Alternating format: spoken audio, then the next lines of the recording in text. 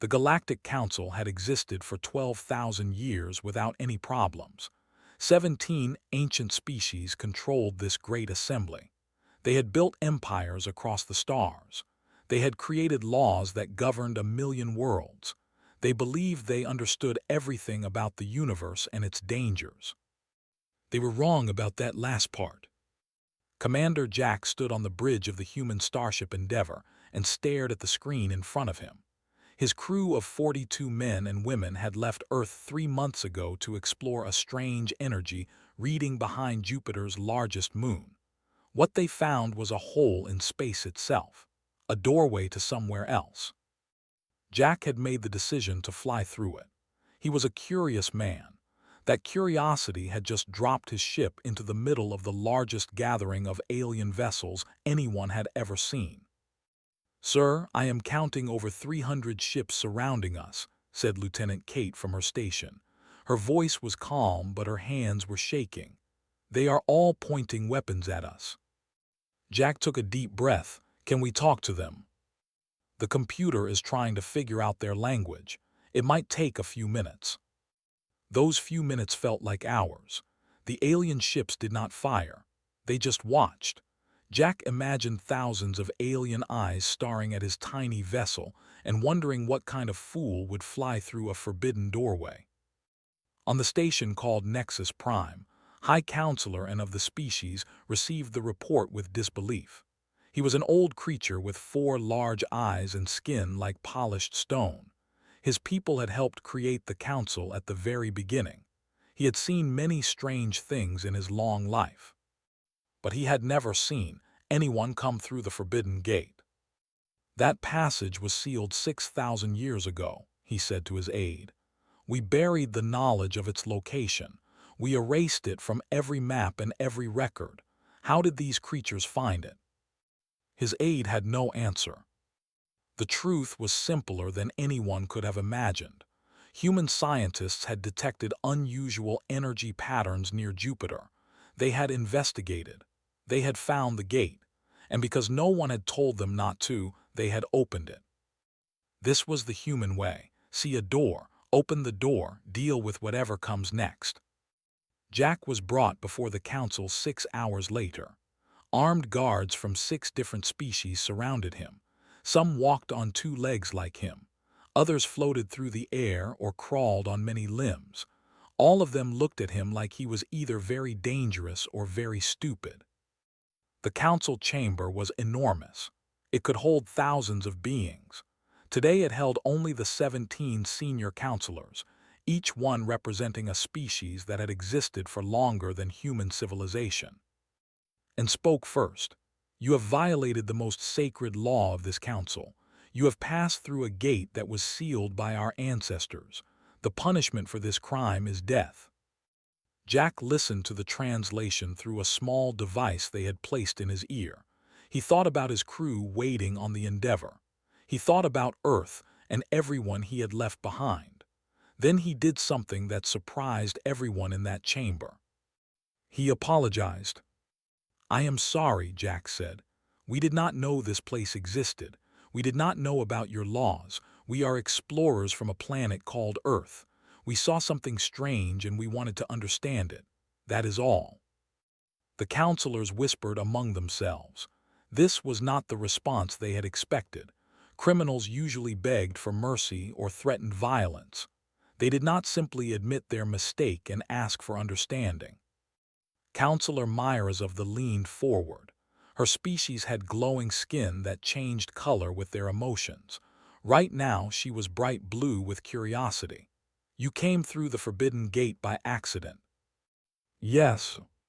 "Your species does not have faster than light travel. Your ship is primitive by our standards.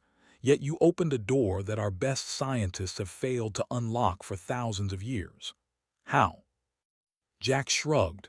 "I pushed a button and it opened. I do not have a better answer than that."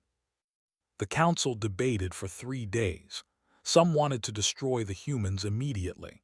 Others wanted to seal their planet behind an unbreakable barrier. But Myers asked a question that changed everything. If these humans did this by accident, what might they do on purpose? Should we not study them before we decide their fate? The vote was close, but the decision was made. Humanity would be given provisional membership in the council. They could observe but not participate. They could learn but not teach. They would be watched very carefully. Ambassador arrived from Earth 6 weeks later. She was a small woman with gray hair and kind eyes that hid a sharp mind. She had spent 20 years negotiating with the most difficult people on her planet. She was ready for aliens. "You will follow our rules," and told her during their first meeting. "You will not ask questions about forbidden topics. You will not interfere in council business. You will prove that your species deserves to exist among us." Smiled and agreed to everything. She was very good at smiling while she planned her next move. The humans settled into their new role as observers. They watched and they learned. But more importantly, they asked questions. So many questions. Dr. Ben Carter was the mission's chief scientist. He spent his days in the council archives, reading everything he could find about galactic history. Most species ignored him. He was just a primitive human trying to understand things beyond his intelligence. But Ben noticed something strange. There were gaps in the records, entire sections of history that had been erased or hidden. And whenever he asked about these gaps, the aliens changed the subject. "What happened in the nebula?" he asked one day. "That region is forbidden. Do not ask about it." "Why is it forbidden?" "Because we say so." Ben wrote down his observations and shared them with. Something had happened to this galaxy, something terrible, and the council was hiding it from everyone, including themselves. The first clue came when Ben mentioned a word he had found in an ancient text, a word that had been crossed out but was still readable.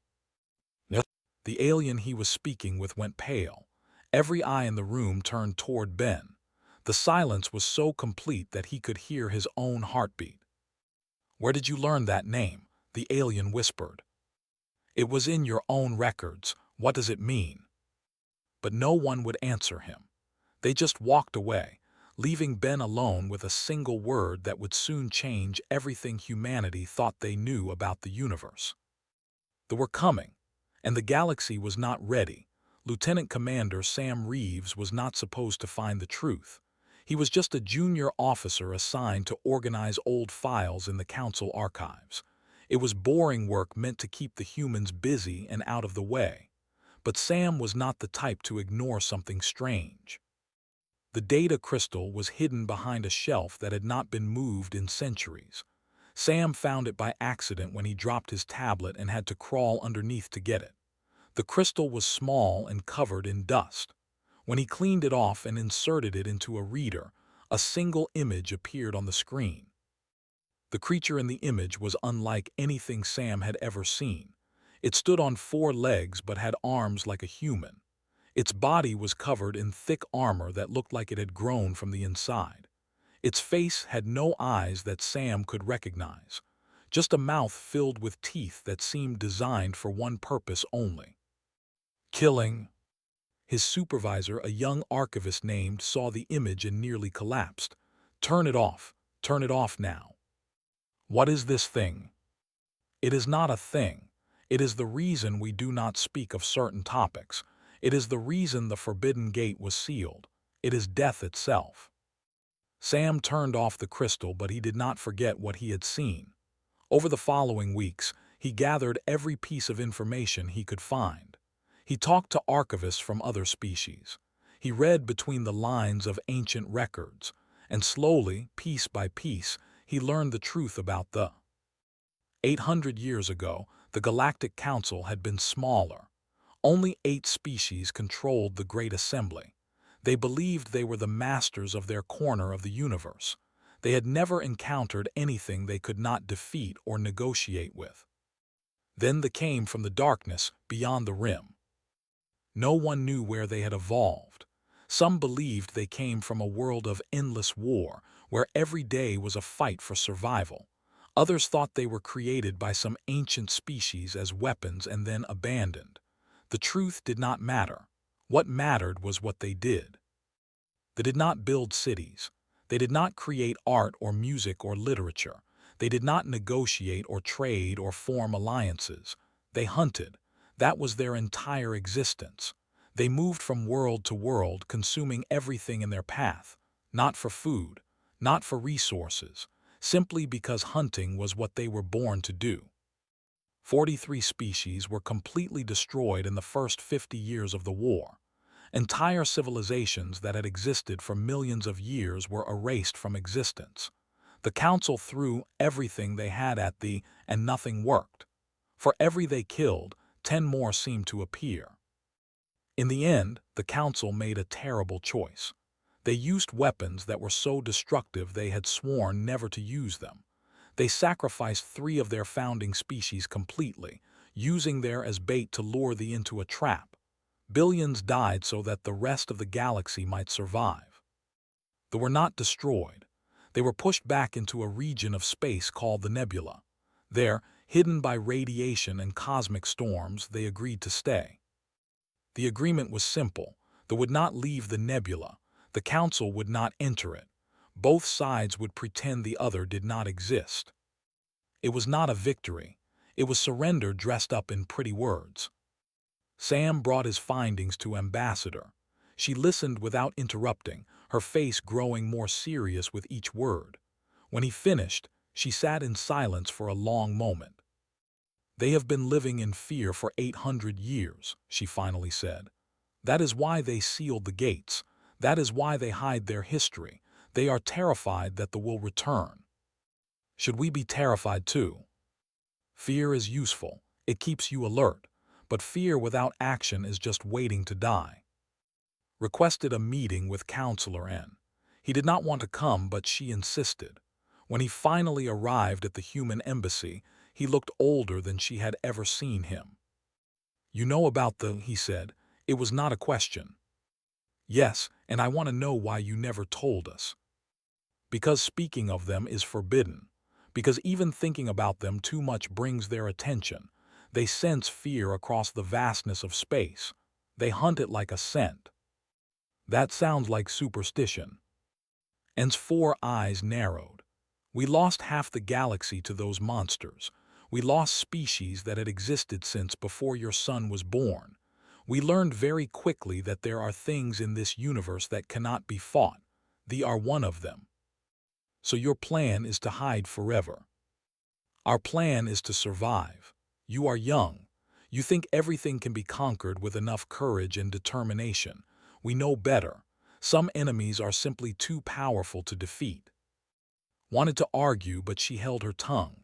She was starting to understand that the Council was not just cautious. They were broken.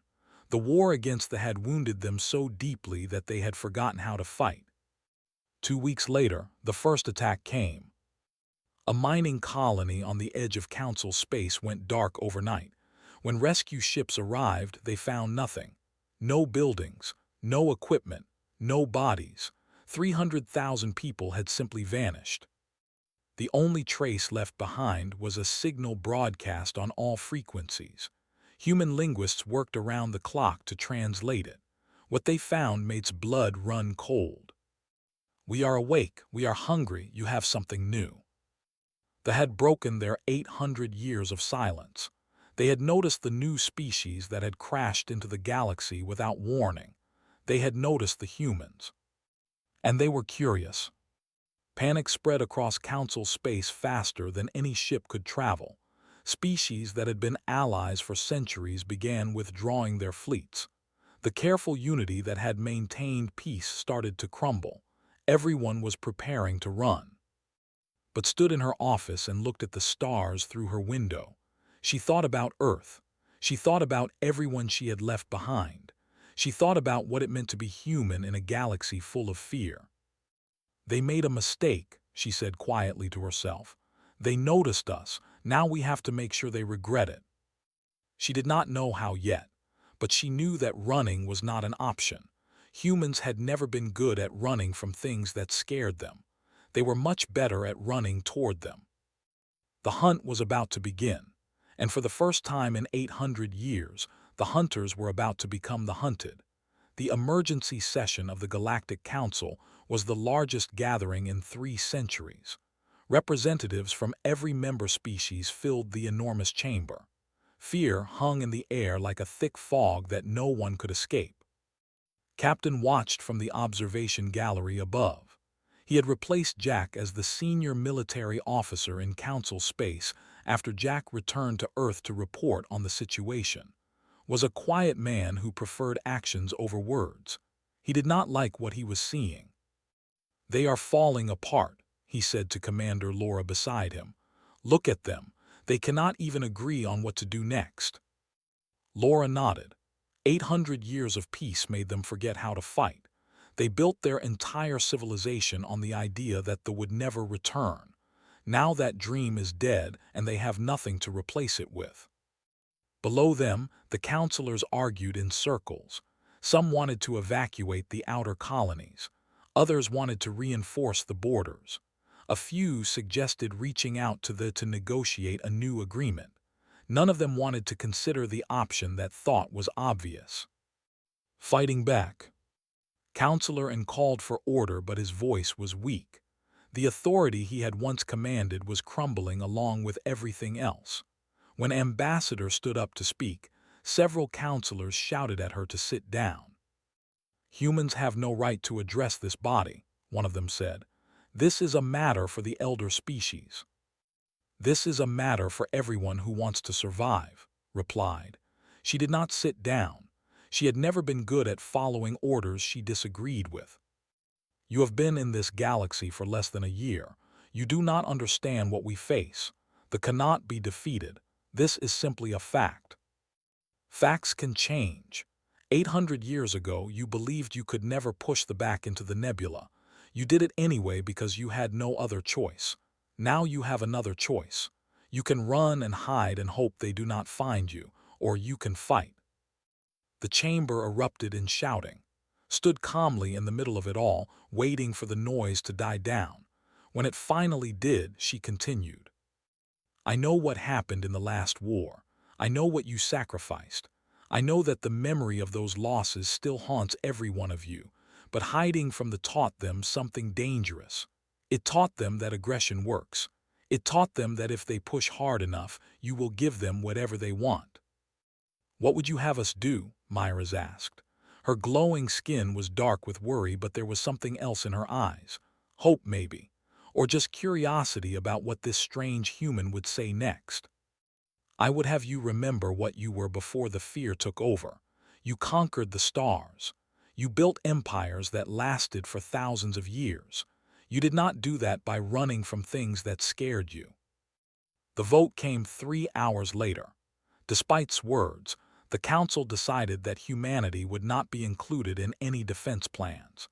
The official reason was that humans were too inexperienced. The real reason was that most species had already decided to abandon the outer regions and retreat to their core worlds. Humanity was ordered to evacuate from Council space immediately.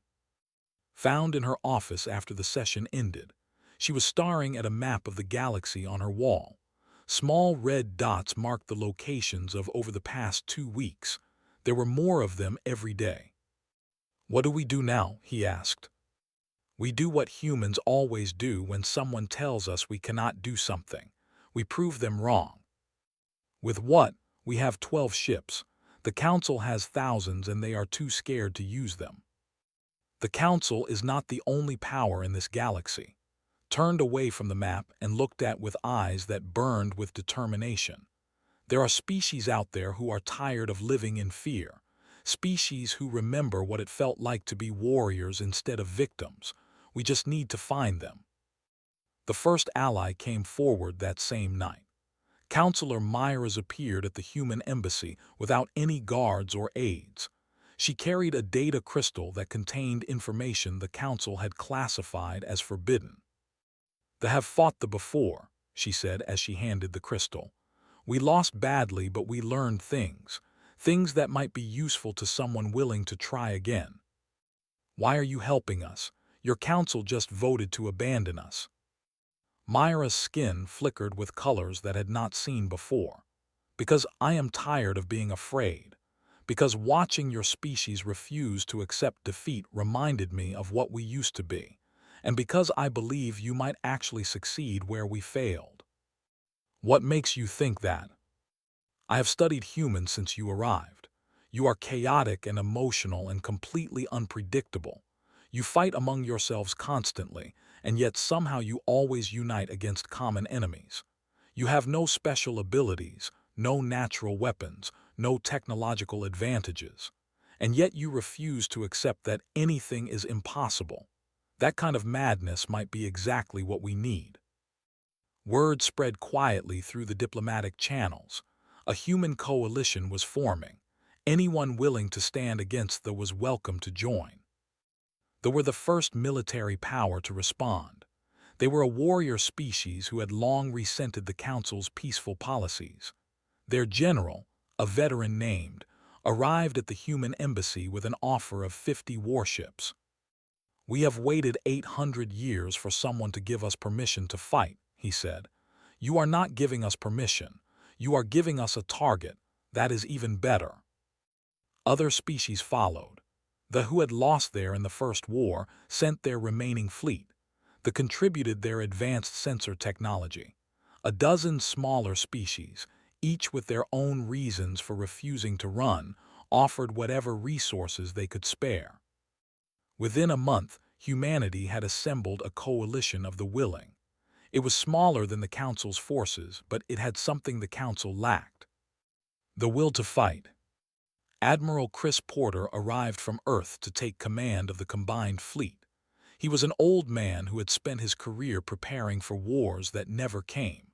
Now, he finally had a war worthy of his attention. "They have never faced an enemy like this," he told his officers during the first strategy meeting. "They hunt by instinct. They overwhelm their prey with numbers and aggression. They have never had to adapt because nothing has ever truly challenged them." "And we are going to challenge them?" asked. "No, we are going to do something much worse." Admiral Porter smiled grimly. "We are going to hunt them back." The plan was bold, dangerous, and probably insane. In other words, it was perfectly human. Operation Looking Glass was about to begin. The nebula was a place of nightmares. Radiation storms swept through its outer regions with enough force to destroy unshielded ships. Gravity wells formed and collapsed without warning, and somewhere in the darkness at its center, the waited. Lieutenant Bate Morgan piloted her stealth ship through the outer edge of the nebula with her hands steady and her heart pounding.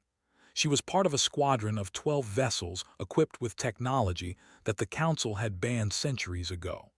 Cloaking devices that bent light around the hull, engines that produced almost no heat signature, sensors that could detect a whisper in a hurricane. "Remember the mission," Admiral Porter's voice crackled through her headset. "Observe and report. Do not engage under any circumstances. We need information, not heroes." Bate understood. The first phase of Operation Looking Glass was reconnaissance.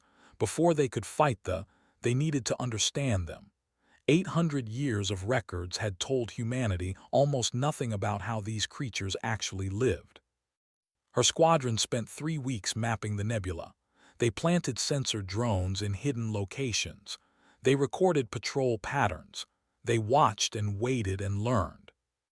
What they discovered changed everything. "They are not mindless," Bate reported during a briefing with Admiral Porter. "They have territories that they defend from each other. They have hierarchies based on size and age. They even have something like families, groups of younger that follow older ones and learn from them." "They are social predators," said Dr. Amy, the coalition's chief expert on alien biology. "Like wolves or lions back on Earth. They hunt in packs and they compete with other packs for resources and status." Admiral Porter leaned forward in his chair. "Can we use that against them?" "I believe so. If we can make different groups fight each other, they will be too busy to coordinate attacks against us." Phase 2 began the following week. Human operatives working with infiltrators began planting false evidence throughout the nebula. They made it look like one faction was stealing from another. They spread signals that mimicked territorial challenges. They turned the against themselves. The results were immediate and violent. Within days, groups that had coexisted for centuries were attacking each other. The raids on Council space slowed to almost nothing as the creatures focused on internal conflicts. But Admiral Porter knew this was only temporary. Eventually they will figure out what we are doing, he told his senior officers. When that happens, they will come for us with everything they have. We need to strike before they unite again. Strike where? Asked Captain. We cannot destroy the entire nebula. We do not need to destroy it. We need to break their leadership structure. Every predator society has leaders, the strongest and who make decisions for the rest. Find them and eliminate them. Doctor shook her head. We do not even know if they have leaders in the traditional sense. Then find out. That is your job. The answer came from an unexpected source. A ship was damaged during one of the internal conflicts and drifted out of the nebula. A coalition patrol found it and towed it to a secure location before they could destroy it themselves. The crew was dead. They had activated a self-destruct device that killed everyone aboard rather than allowing themselves to be captured. But the ship's computer was still intact. Human engineers worked for 2 weeks to crack its security. What they found inside was a treasure of information. Star charts, communication logs, patrol schedules, and one file that was accessed more often than any other. A single set of coordinates pointing to something deep within the nebula. It is a nursery, Doctor announced to the War Council. This is where they raise their young, all of them. Every in the nebula brings their offspring to this location. The room went silent. Everyone understood what this meant. The nursery was not just important. It was the most important location in society. It was the future of their entire species. Admiral Porter stared at the coordinates on the screen for a long time. When he finally spoke, his voice was quiet. If we destroy that place, we destroy them. We would commit genocide, said. We would wipe out an entire species. A species that has already wiped out 43 others. A species that will not stop hunting until there is nothing left to hunt. Had been silent throughout the meeting. Now she stood up and walked to the front of the room. We are not going to destroy the nursery. Ambassador, with respect, this may be our only chance to end the threat permanently. I understand that, but if we kill their children, we become exactly what they think we are. Prey that needs to be eliminated. We will prove that their way of seeing the universe is correct. Turn to face the officers. I have a different idea. Her plan was insane. Everyone agreed on that. But it was also the most human thing anyone had ever suggested. Instead of destroying the nursery, they would capture it. They have never negotiated because they have never needed to, explained. They have always been the strongest power in any conflict. But if we take their children, we have something they want. Something they cannot simply take back without risking everything they care about. You want to use their young as hostages, Admiral Porter said slowly. I want to give them a reason to talk. For the first time in their history, they will have to consider an option other than hunting. They will have to think about what they might lose. The vote was not unanimous, but the majority supported its plan. The coalition would launch an assault on the nursery world. They would not destroy it. They would occupy it and hold it until they agreed to negotiate. Commander Drake was chosen to lead the assault force. He was young for such an important command, but he had a reputation for thinking quickly and staying calm under pressure. Admiral Porter called him into his office the night before the mission. This is going to be the hardest thing any of us have ever done, the Admiral said. They will throw everything they have at you. They will fight harder than they have ever fought before because you will be threatening the only thing they truly value. I understand, sir. Do you? We are asking you to fly into the most dangerous place in the galaxy and hold it against an enemy that has never been defeated in open battle. the odds of survival are not good.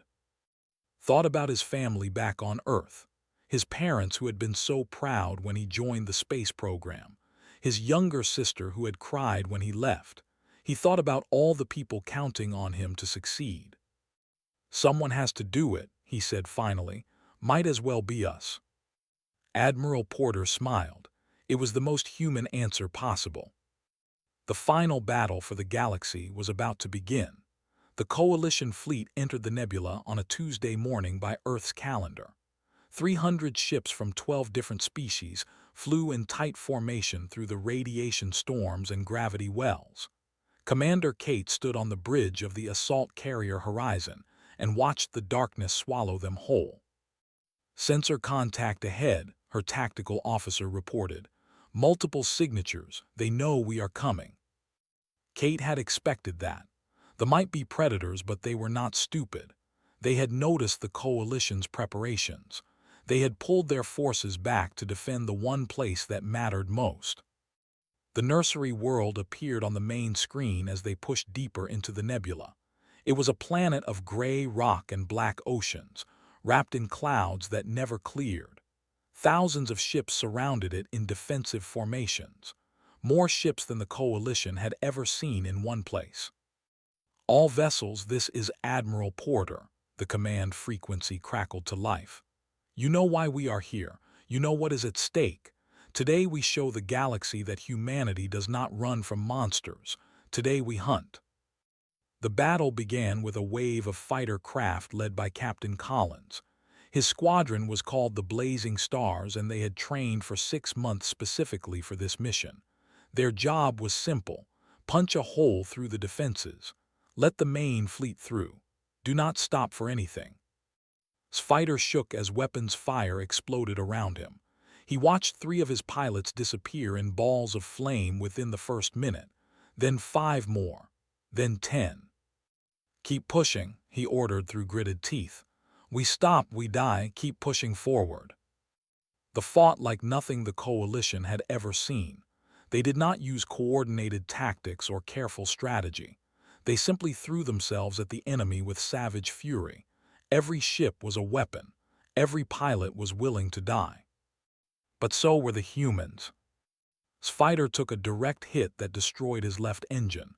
Warning lights flashed across his console. His targeting computer was dead. His shields were failing. He had maybe 30 seconds before his ship fell apart completely. In those 30 seconds, he made a choice. "All remaining fighters break off and support the main fleet," he broadcast. "I will clear the path." He aimed his crippled ship at the largest concentration of vessels and pushed his remaining engine to maximum power. The aliens tried to scatter, but they were too slow. Fighter plowed through their formation like a bullet through glass, destroying 17 enemy ships before his own vessel finally exploded. His last transmission was simple: make it count. The gap he created was small, but it was enough. Commander Drake led the assault force through the hole in the lines. 50 ships armed with ground troops and heavy equipment. Their target was the nursery complex on the planet's surface. The landing was chaos. Defenders swarmed the Coalition ships as they descended through the atmosphere. Transports were shot down before they could reach the ground. Soldiers died before they could even draw their weapons, but enough survived to establish a foothold. Hit the ground running with a rifle in his hands and 200 soldiers behind him. The nursery complex was a massive structure built into the side of a mountain. It was ugly and functional, designed for one purpose only: protecting the young.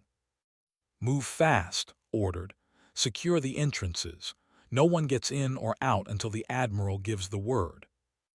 The fighting inside the complex was brutal and close. Warriors defended every corridor with desperate fury. They were faster than humans, stronger than humans, better equipped than humans. But humans had something they did not understand. They were willing to die not just for themselves, but for each other. When a soldier fell, another stepped forward to take their place. When a position was overrun, reinforcements pushed the enemy back. When everything seemed lost, someone always found a way to keep fighting. 3 hours after the landing, the coalition controlled the nursery complex.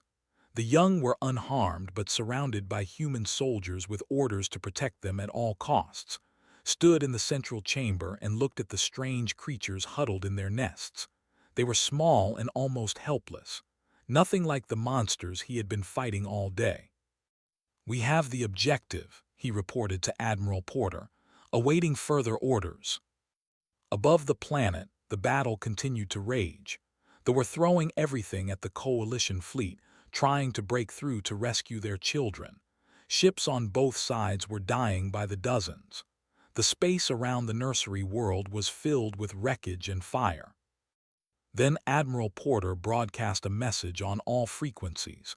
Every ship received it. Every warrior heard it translated into their own language.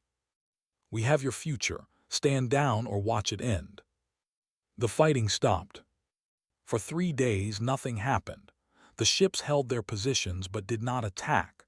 The coalition forces waited, wondering if their gamble had failed. Stayed in the nursery complex, guarding creatures that should have been his enemies. On the 4th day, a response came.